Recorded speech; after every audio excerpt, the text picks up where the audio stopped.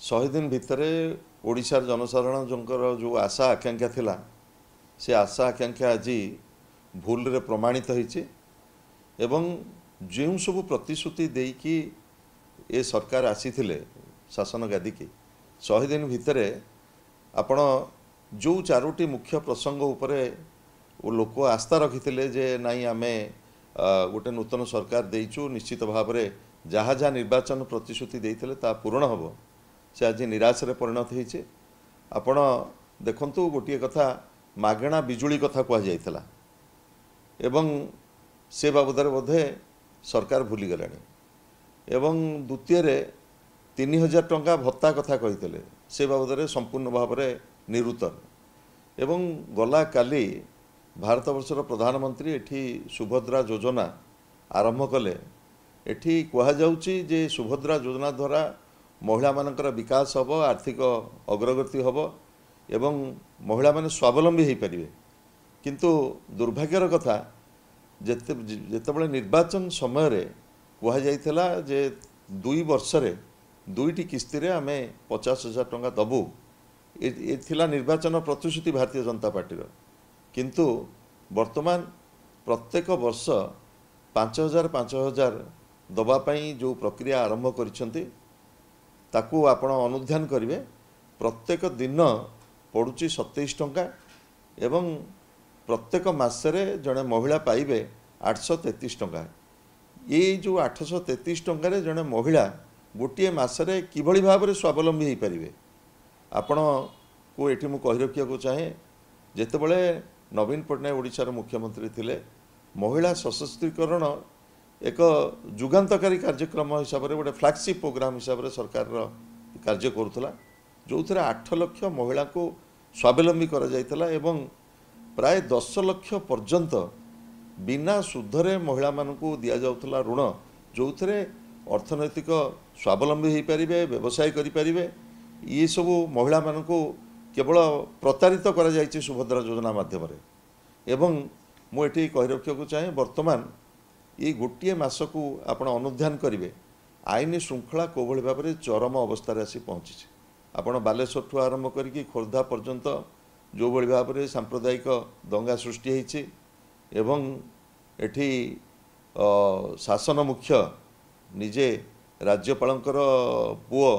एठी जो भली भाव में तांको नारे एफआईआर करागला जो भली भाव में एठी गुंडाराज करथिले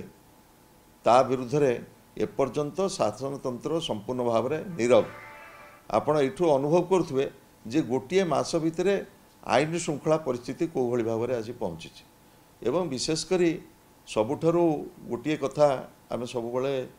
प्रबाद पुरुष विजु बाबू कहते ओडिशार माटी तले रही खनिज संपद एवं ओडिशार रही प्रचुर मानव संबल एवं ओडिशार रही 480 किलोमीटर बेलाभूमि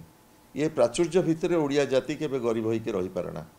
तार कारण खोजापी नवीन बाबू दीर्घ 2 दशंधि ऊर्ध्व समय धरी शासन थिला बेले तार कारण खोजापी समर्थ होती एवं ओडिशार प्रत्येक क्षेत्र में से गमनागमन क्षेत्र में कहतु शिक्षा क्षेत्र में कहतु स्वास्थ्य क्षेत्र में कहतु आमर चाष क्षेत्र में कहतु उत्पादन क्षेत्र में कहतु ओडिशा आज भारत वर्षर गोटे प्रमुख राज्य होगी ठियाई किंतु दुर्भाग्यर कथा ये प्रत्येक क्षेत्र को वर्तमान अवहेला करा जाइछि गोटे मास भितर आपण देखुथुबे जेतेबेले बजेट आसिला समस्ते आशा करुले ओडिशारू 20 जन प्रतिनिधित्व कर संसद को एटी सरकार अच्छी किंतु जेतेबेले निर्मला सीतारमण बजेट पाठ कले सेमती जना पड़ुला से बिहार एवं आंध्र प्रदेश पई बजेट पढ़ुचंती ओडिशा पई कोनोसी स्वतंत्र अनुदान नाही मु आपण मानु कहि रखिबा को चाहे ओडिशार प्राकृतिक विपर्यय को प्रति वर्ष आमे सामना करूचे केतेबेले महाबात्या आसीची केतेबेले फनी आसीची केतेबेले फाइनल आसीची केतेबेले हुडुहुडु आसीची ओडिशा ध्वस्त विध्वस्त हो जाइछि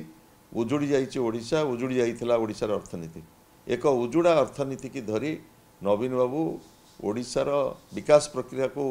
बहु आग को नहीं ओडिशा गोटे बड़का राज्य परिणत होइछि किंतु दुर्भाग्यर कथा चलित बजेट रे आम आशा करूँ ओडिशा पाई किसी स्वतंत्र अनुदान मिलिबो जेतेबेले आंध्र प्रदेश को स्वतंत्र अनुदान मिलिला बिहार को स्वतंत्र अनुदान मिलिला ओडिशा पाई कोनोसी स्वतंत्र अनुदान नाही ता सेथुरु आपण माने अनुभव करुथुबे जे ओडिशा प्रति